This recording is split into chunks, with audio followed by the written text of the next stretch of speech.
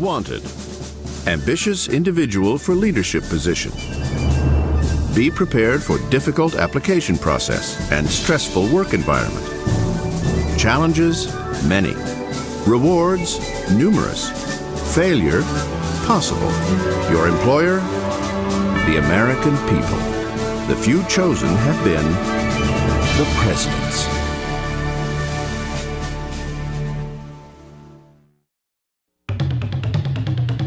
On January 20th, 1945, Franklin Delano Roosevelt was inaugurated for an unprecedented fourth presidential term. For the past 12 years, he had successfully guided the nation through the Great Depression and was in the midst of leading it toward victory in World War II. For many Americans, he was the only president they had ever known. But unbeknownst to the public, he was in failing health. On April 12, 1945, FDR's third vice president in 4 terms, Harry S. Truman, received an urgent call. Only 3 months into his new job, Truman was asked to come quickly, but quietly, to the White House. Waiting for him was not FDR, but the First Lady. "Harry," she said, "the president is dead." Stunned, Truman responded, "Is there anything we can do for you?" "No," Eleanor replied. "Is there anything we can do for you? You're the one in trouble now." Number 33, Harry S. Truman, Democrat, 1945 to 1953, 60 years old, from Missouri. If Truman was astonished to learn that he had suddenly become President of the United States, the world was stunned. It was quite a shock. Americans, the world, sort of held their breath to see what Truman would do. He was really not that much of a national or worldly figure, so people were appalled. Everybody said, "Who is this man Truman? Woe is the nation, because we've got this ignoramus from Missouri who doesn't know anything about the world," and on and on and on. Well, he fooled them. Truman had led an average, undistinguished life until getting involved in politics at age 50. Before then, he'd been a farmer and a businessman. Harry Truman was a failed haberdasher from Kansas City, Missouri in some ways, but he was plain-spoken, he was blunt, he was a good leader, and he had common sense. And it shows that it's not depth of knowledge, but that good basic common sense that's so important to the American presidency. Truman was not one to mince words. He's called peppery. Some might say dyspeptic, some might say occasionally profane, certainly plain-spoken. He called a spade, and sometimes worse than a spade. Well, during my lifetime, Harry Truman was my favorite. I admired him very much. I admired his honesty, his down-to-earth kind of approach to government, his willingness to make politically controversial decisions if he thought they were right, no matter how much it cost him in popular support. One such decision confronted him almost immediately. After taking the oath, Truman was told for the first time about the Manhattan Project. This new president now faced the most consequential decision a president or any leader has ever had to make: the choice of dropping the first atomic bomb.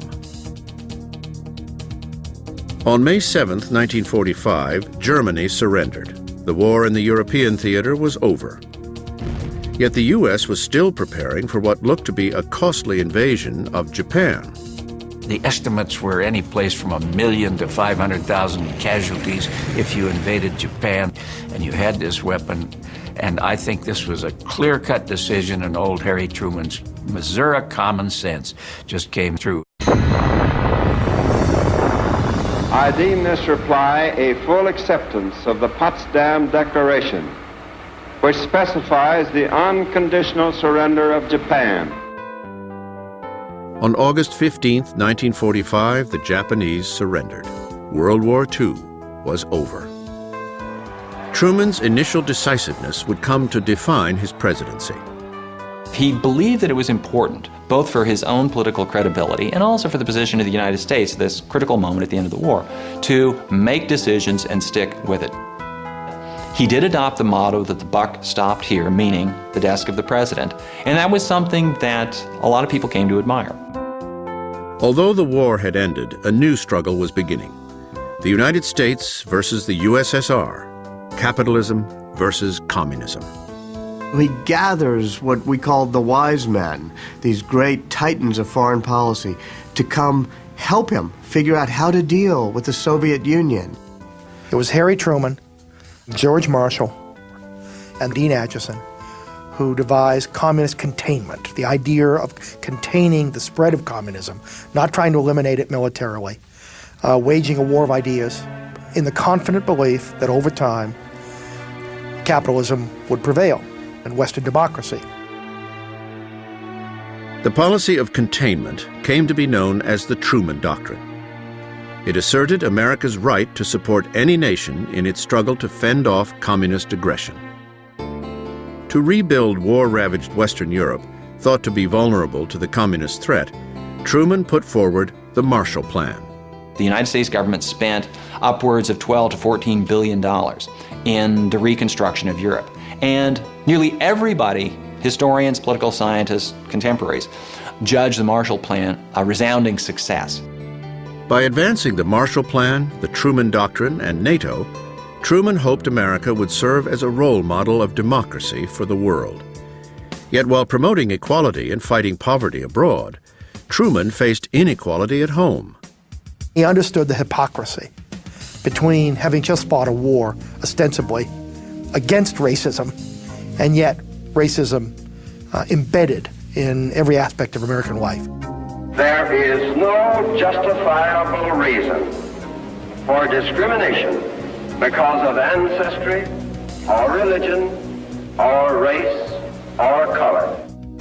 In January 1948, Truman boldly ended segregation in the armed forces and the civil service by executive order. The modern civil rights revolution, as far as the presidency is concerned, really begins with Harry Truman. Truman's civil rights initiative was courageous, yet controversial. Furthermore, it appeared to be an act of political suicide. 1948 was an election year. Compounding Truman's troubles was an inflationary economy and an unprecedented number of labor strikes.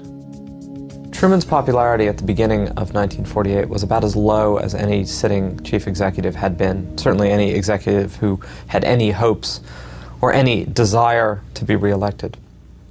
So Truman was written off. Truman, however, campaigned fiercely. He crisscrossed the nation in a landmark whistle-stop tour, traveling 30,000 miles and giving 271 speeches.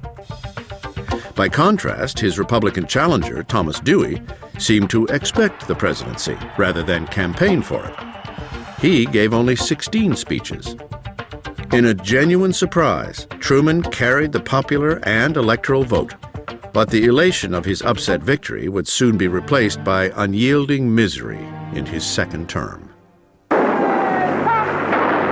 First was the loss of America's former wartime ally, China, to communism. He was caught. He had been talking about the need to contain communism. Containment had failed in China, and it was inevitable that he was going to have to accept the blame. The Chinese Revolution, followed by the Soviets' entree into atomic weaponry, created hysteria on the American home front. Truman's administration was attacked by Senator Joe McCarthy for being soft on communism. When, 6 months later, North Korean communists invade South Korea, Truman, from a political standpoint, had almost no alternative but to say that the United States was going to go to the defense of non-communist South Korea. The Korean War was unlike any other. Despite some early successes, it turned into a stalemate when China threw its numerical might behind North Korea. There were other problems in the region, specifically the escalating crisis for control of Vietnam. Ho Chi Minh, the founder of the Democratic Republic of Vietnam in the Communist North, asked Truman for assistance in his fight for freedom from French colonialism. France, in turn, asked Truman to support them in their fight against the communists in Hanoi. It became a priority of his administration to prevent the French from being defeated by communist forces in Southeast Asia. This was the beginning of America's involvement in the Vietnam War. By the end of his second term, nothing seemed to be going right for Truman.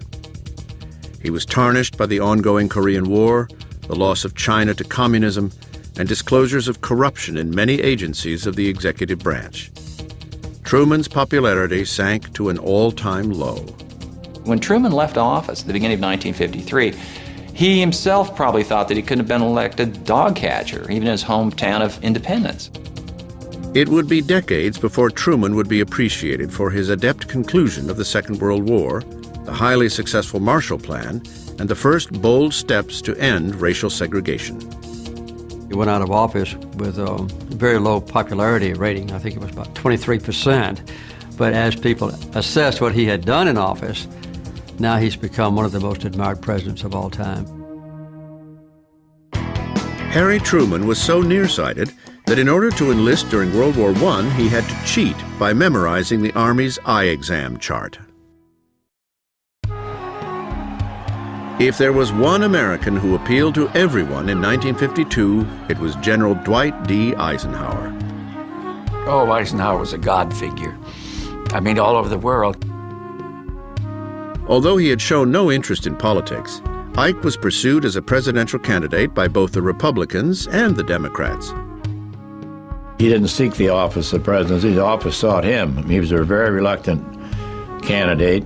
Both parties would give him anything to have him in their party. Dissatisfied with the Democrats, from their handling of the Korean War to the charges of corruption within the White House, I believe in the future of the United States of America. Eisenhower decided to join the Republicans and run for office. I think Eisenhower felt that the country really did need him. And he had been reluctant, but he also was reluctant to let the country go in the wrong direction. And I think as he watched it going in the wrong direction, Eisenhower felt that he was the right man to be able to help the country.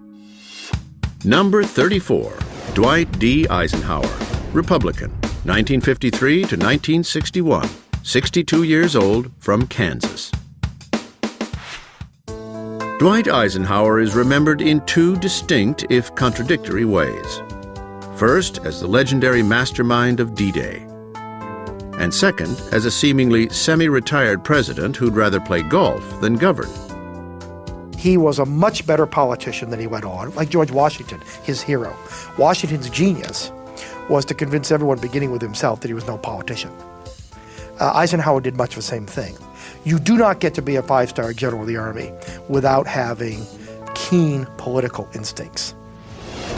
Beyond Eisenhower's military celebrity was a very charismatic individual. "I like Ike" was more than a campaign slogan. It was a true sentiment. There was a marvelous aura about him. You could just feel it. He was confident. He was a decent man. He wanted to do what was right for the country. While Americans liked and trusted Ike, they weren't always sure he was completely engaged in Oval Office affairs. Most people thought that Eisenhower was essentially presiding over an administration that others were making the decisions. And it became known as the hidden hand presidency, that he had a public perception of being out to lunch, but behind the scenes, every decision of note, every major policy decision really was Eisenhower's decision, and he was calling the shots. In his first significant accomplishment, Eisenhower brought about an end to the Korean War, forging an armistice that is still in effect today. Eisenhower's military career had been focused on waging war. Now it appeared that Eisenhower was determined to use his presidency to pursue peace. He began by downsizing the military. By spending less money on defense, Ike believed that America could spend more on infrastructure and quality of life. Indeed, he went from orchestrating the largest military operation in history to pushing the world's largest public works project through Congress, the Federal Highway Act. He probably created the greatest change in our culture in almost the history of the nation, and that was with the Federal Highway Act. He changed the entire face of America. While Americans welcomed the change on their landscape, they were not receptive to other changes in their culture. One of the great unresolved issues after World War II was whether or not African Americans would be forced to continue to live in a segregated society. In 1954, the Supreme Court banned racial segregation in public schools with its landmark ruling in Brown versus the Board of Education. Although Eisenhower had appointed Chief Justice Earl Warren, the motivating force behind the revolutionary ruling, Eisenhower publicly distanced himself from the decision. He thought that it was disruptive, he thought it was an inappropriate role for the federal government, and he really thought that it wasn't yet time for desegregation, or that the country wasn't really ready for it, the South wasn't really ready for it. Eisenhower was paying more attention to foreign affairs. In 1954, after the French were defeated in Vietnam and the country was split in two, Ike pledged his support for the pro-Western government of South Vietnam over the communist-run North. Eisenhower took a series of steps that were absolutely essential to us becoming more and more involved in Vietnam. The most important was his support of the creation of the Bank of Vietnam, the sending of huge sums of money to Vietnam in terms of aid and support.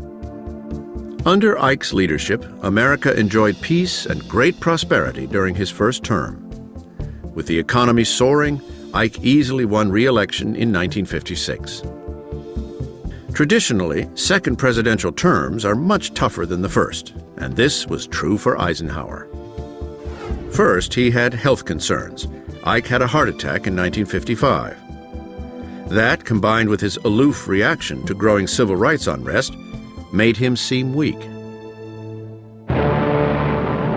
Then came Sputnik, the first satellite in space launched by the Soviets in 1957. Americans became hysterical, believing that there was a missile gap in the Russians' favor. They had beaten us into space. I think the United States changed, at least Washington did, more on that night than many people realized, because we went back to work and said, okay, this is a race, and we can't let it happen.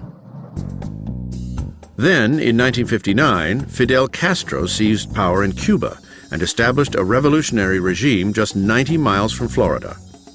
Another sign that America was losing out to the Soviets. At the end of the Eisenhower presidency, there was a kind of malaise in the United States, a feeling that communism was overwhelming us. The grandfatherly image Eisenhower had enjoyed was now something of a liability. In his final address to the nation, Eisenhower spoke to the American people with unprecedented candor.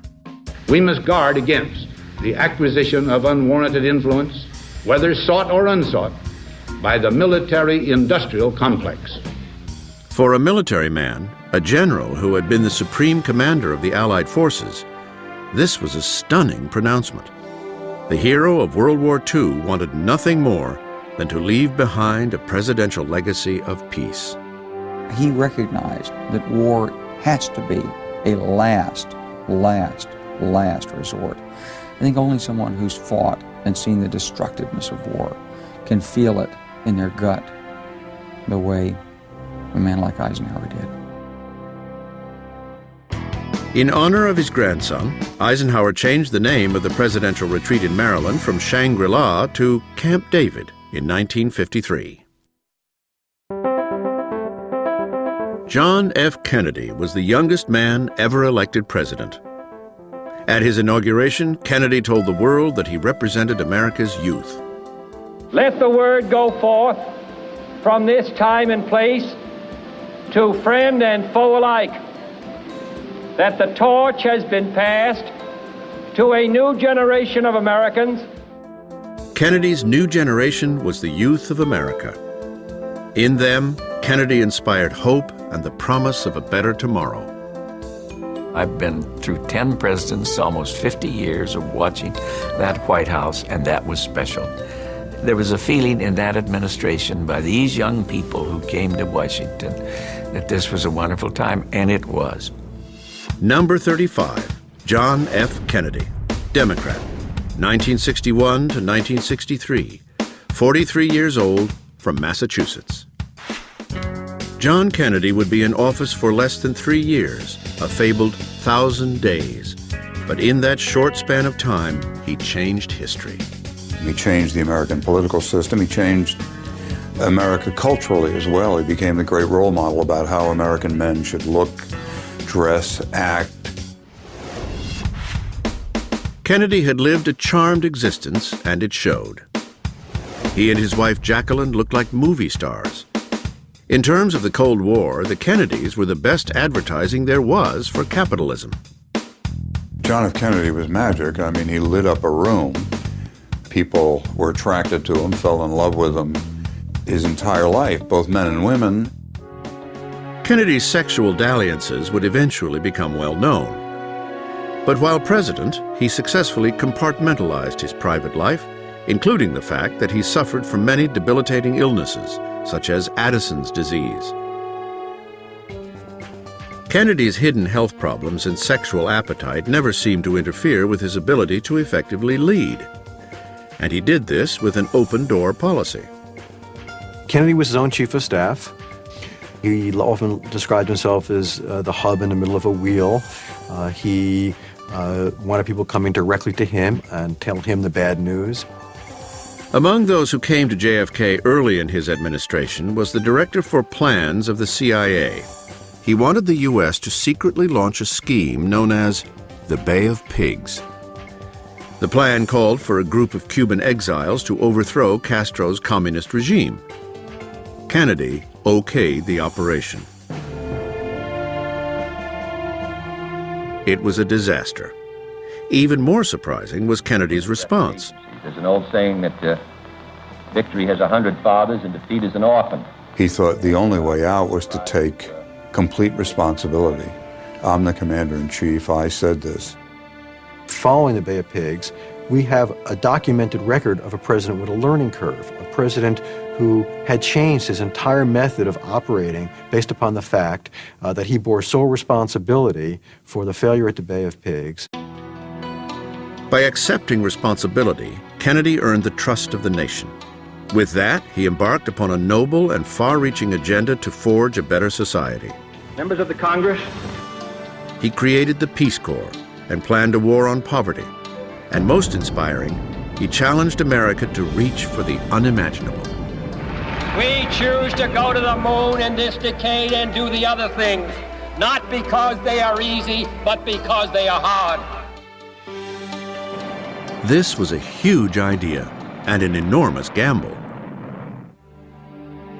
Such audacity would serve Kennedy well during his defining moment in office, the Cuban Missile Crisis. On October 16th, 1962, President Kennedy called me in the morning and said that he had received a briefing from the CIA which showed through aerial photographs that the Soviet Union had just placed, or was in the process of placing, in Cuba bases for medium and intermediate range nuclear missiles that were capable of delivering a nuclear payload almost anywhere in the United States. A week later, Kennedy spoke to the nation. The purpose of these bases can be none other than to provide a nuclear strike capability against the Western Hemisphere. I've never heard a more chilling speech. I thought, wow, he's saying we may go into thermonuclear war. And in fact, I think we were that close. A cold warrior at heart, but not a hawk, Kennedy refused the advice of military commanders who pressed him to launch an airstrike on Cuba. Instead, Kennedy kept a cool head and chose a conciliatory course of action in his negotiation with Soviet leader Nikita Khrushchev. Together, they forged a peaceful conclusion to the crisis. While strong on foreign policy, Kennedy was much less proactive on domestic issues, particularly civil rights. At least until 1963, when he personally watched television reports of the violence in Birmingham, Alabama. There, Martin Luther King Jr. was leading a massive protest against segregation.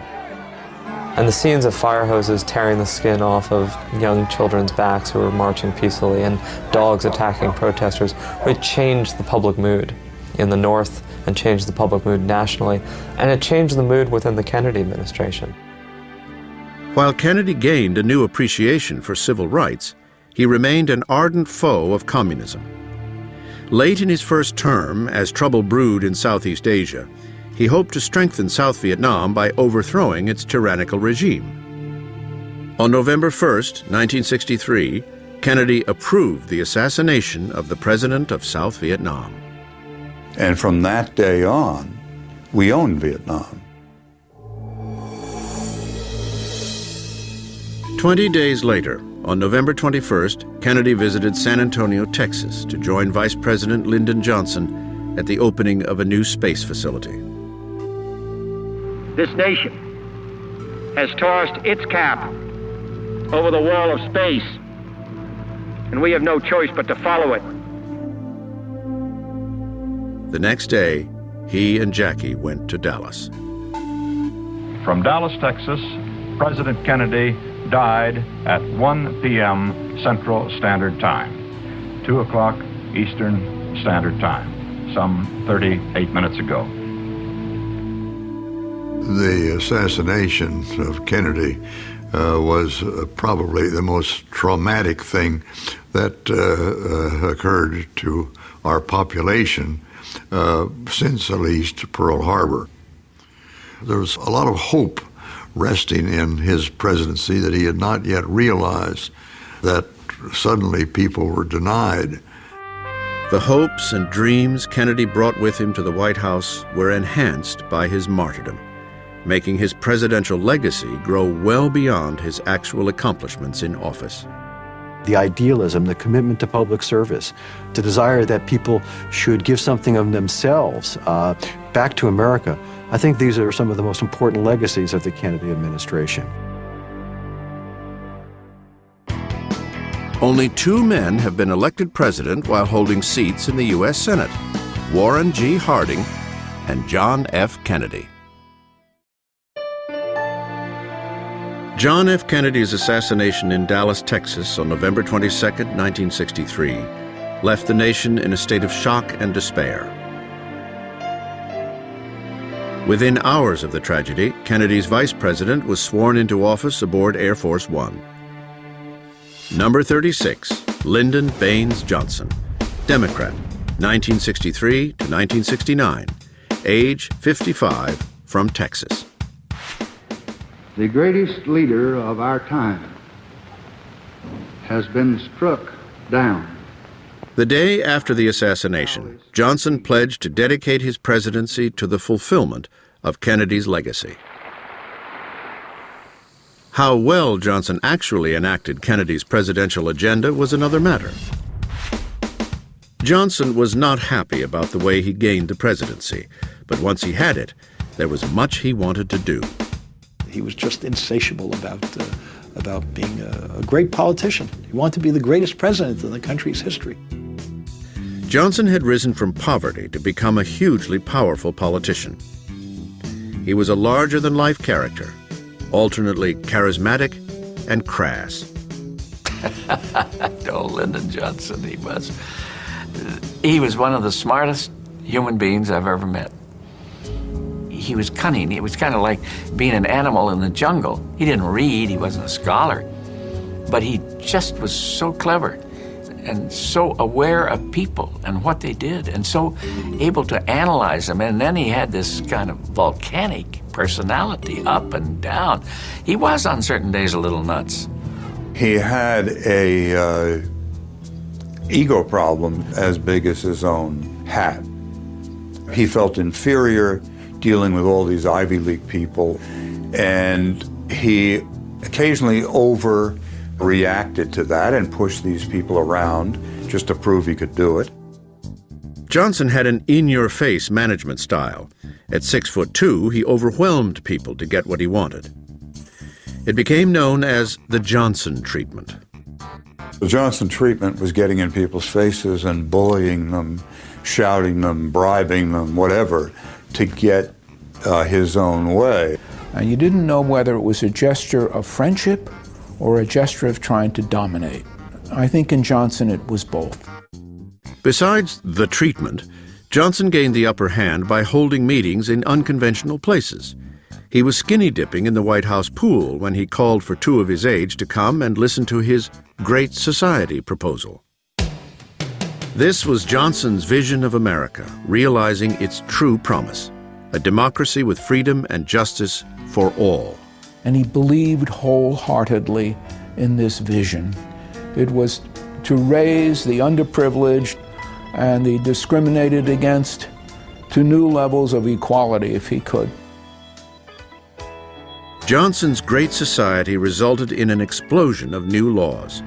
The Voting Rights Act, Medicaid, federal aid for education, environmental protection laws, food stamps, Head Start, National Public Radio, the Public Broadcasting System, consumer protection laws, and the Civil Rights Act. No president wanted to do more for African Americans than Lyndon Johnson. Civil rights was absolutely at the core of his commitment to a better America, to a great society. Lyndon Johnson's going to go down in history for one reason, and that's for civil rights. Johnson also expanded on Kennedy's efforts to fight a war on poverty, and he succeeded, eventually cutting the percentage of those who lived in poverty by half. Winning the war in Vietnam, however, was another matter.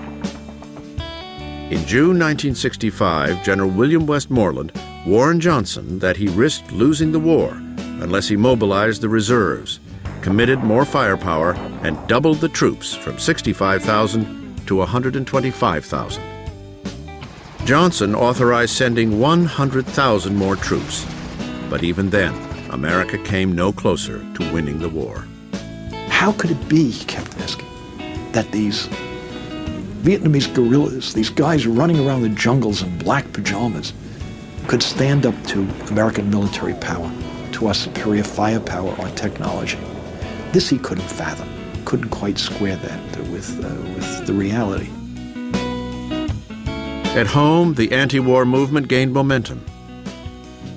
What had started as Truman's containment policy was now Johnson's war. I spoke to Mrs. Johnson about this, and she said he heard those protesters marching up and down in front of the White House, shouting, "Hey, hey, LBJ, how many kids did you kill today?" And it was a wound in his heart. He suffered terribly, she said, over the fact that so many boys were dying. The enemy of freedom has chosen to make this year the decisive one. The last year of Johnson's presidency began with the devastating Tet Offensive. The bold North Vietnamese advance on Saigon made victory look remote, perhaps impossible. At home, Johnson faced opposition within his own party, from Robert Kennedy and Eugene McCarthy. Under fire, Johnson decided not to run for re-election. Fellow Americans, I shall not seek, and I will not accept the nomination of my party for another term as your president. Lyndon Johnson, I think, is the most tragic of all of our American presidents, because no man fell from a higher pinnacle, and no man sought more not to be a war president. At the end of his term, Johnson tried to negotiate peace with Vietnam, but failed. I think Johnson's reputation will make a comeback. I think he will be seen as, if not a near great president, but pretty darn close to it. Because in the domestic realm, there is no president other than Franklin Roosevelt who achieved more than LBJ. I think in time, as this Vietnam issue fades somewhat, he'll be seen, I think, as a more effective president than he's been seen in recent years. Johnson liked the soft drink Fresca so much that he had a soda fountain installed in the Oval Office that dispensed only Fresca. Richard Nixon had spent the better part of his lengthy political career scheming and campaigning for the presidency.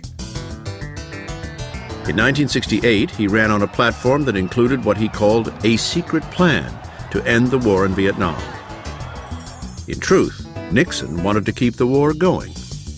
The last thing he wanted was for the Democrats to gain a signal diplomatic victory, an October surprise. And so he led on to the South Vietnamese that if they could hold on, that they could hope for something better from Richard Nixon.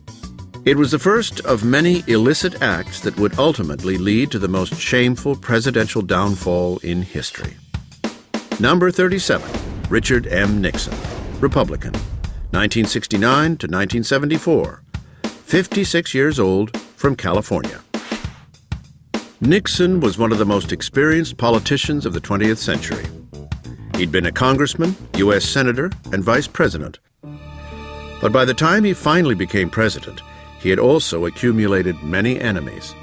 Nixon always kept lists of enemies, and he really saw the presidency in large part as a vehicle for punishing his enemies and rewarding his friends, and for promoting his own image.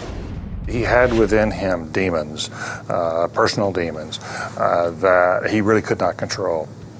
He's a man who bore deep resentments against his enemies and thought his enemies were everywhere. What's the matter with these clowns? Nixon's paranoia was rooted in deep insecurity.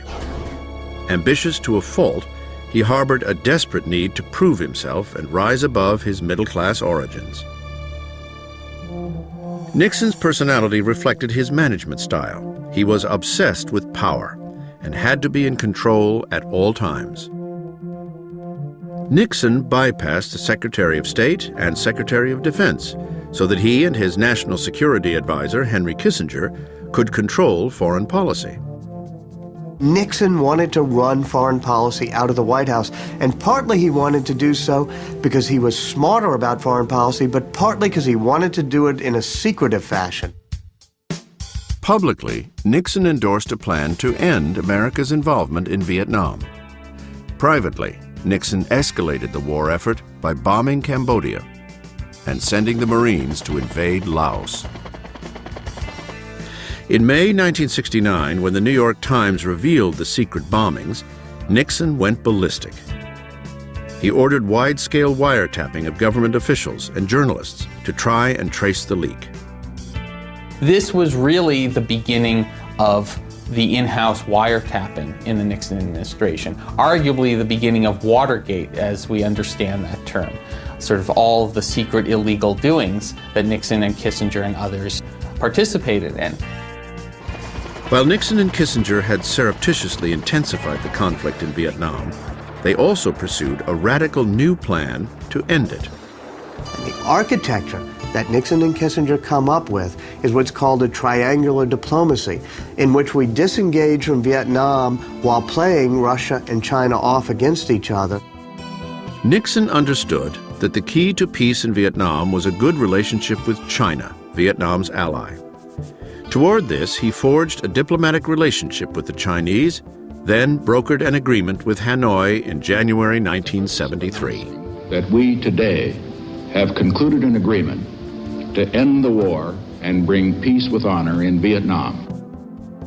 He saw that was really the only way he could ultimately pull out of Vietnam. He also saw this as an opportunity to exert leverage on the Soviet Union. And he very effectively sort of played both sides of the fence. Even as he was making the overtures to China, he was also talking with Brezhnev about starting to improve relations. Nixon's visit to China in February 1972, followed by the Strategic Arms Limitation Treaty with the Soviets in May, were the crowning achievements of his presidency.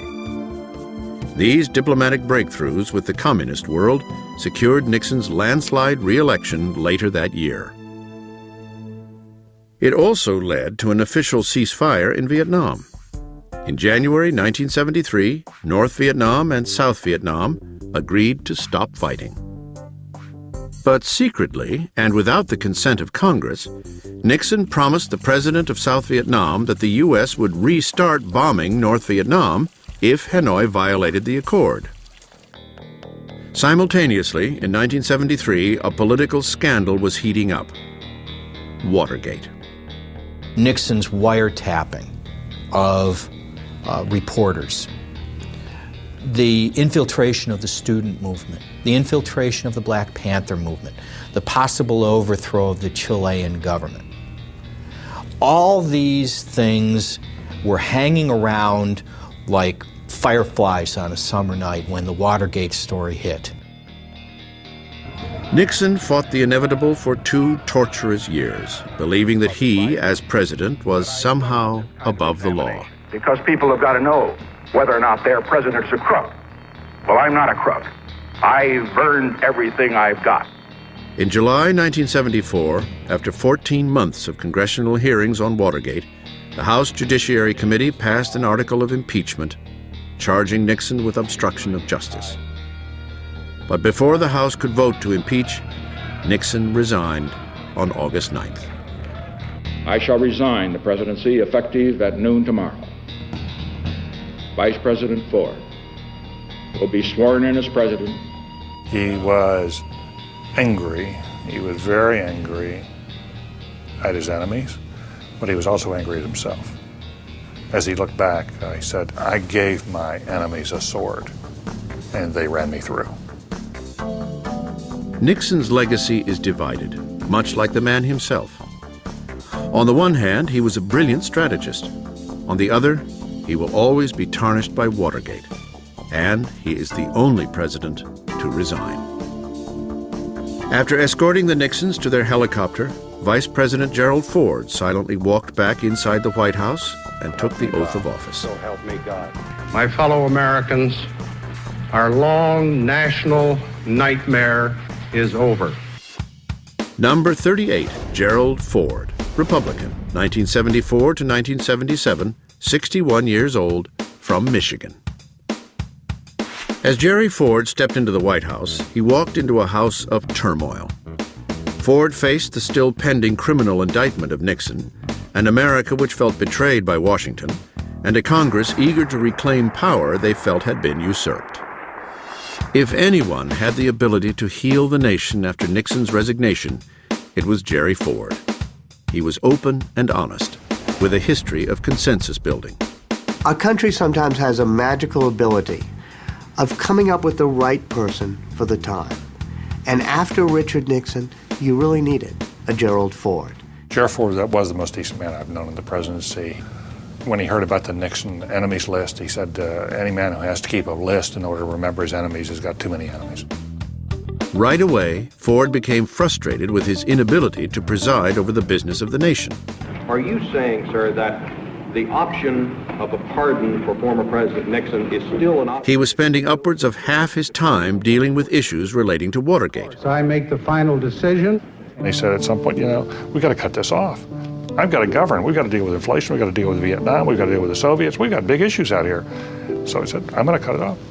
Boom, I'm going to pardon him. I, Gerald R. Ford, do grant a full, free, and absolute pardon unto Richard Nixon.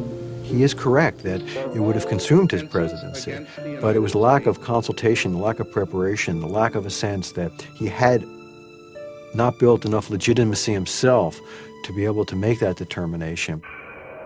Compounding the fragile political situation, North Vietnam broke the peace accord and launched an offensive into South Vietnam. Ford requested military and economic aid to help the South Vietnamese, but Congress refused. Zilch. The Congress wouldn't give any more aid. They had had enough. The Congress, knowing nothing of the private commitments made between Kissinger and Nixon to President II, just pulled the plug on Vietnam and unleashed one of the great terrors of people seeking freedom. On April 19, 1975, Saigon fell to the communists. There's certain things that will be seared in our collective memories about presidencies. The helicopter from the Saigon embassy is one of those. We were evacuating, and people thought we would lose our credibility. People thought it would be the end of America's influence in the world. As much as Ford struggled to prevent that outcome, he didn't have the support of the nation behind him. Only with time has history been able to look back at Ford's presidency and see, without the emotion of Watergate, what he accomplished. I asked him what he wanted his legacy to be, and he said, what I really want is to leave my country better than I found it. And he did. In the 1976 election, Americans wanted to get Watergate and Vietnam behind them, and they would turn to a true Washington outsider as the next occupant of the White House.